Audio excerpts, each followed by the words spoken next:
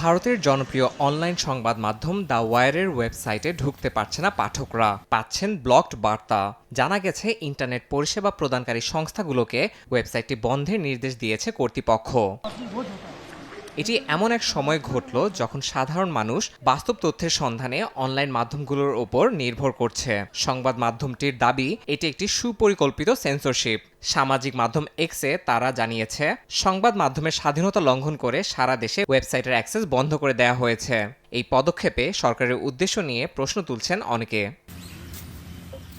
ভারতের সংবাদ মাধ্যমের স্বাধীনতা নিয়ে দীর্ঘদিন ধরেই চলছে বিতর্ক। তবে সাম্প্রতিক যুদ্ধ সংকটের সময় সংবাদপত্র নিয়ন্ত্রণের ঘটনা এই বিতর্ককে আরও তীব্র করেছে।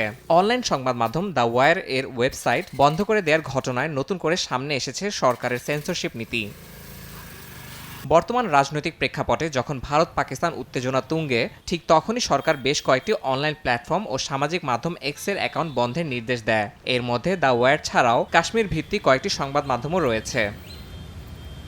ঘটনার পর থেকেই সংবাদ মাধ্যমগুলো নিজেদের অবস্থানে অটল থেকে প্রতিবাদ জানিয়ে আসছে। দ্য ওয়ার জানিয়েছে, তারা সকল আইনগত পথ অনুসরণ করে এই সিদ্ধান্তের বিরুদ্ধে লড়াই চালিয়ে যাবে।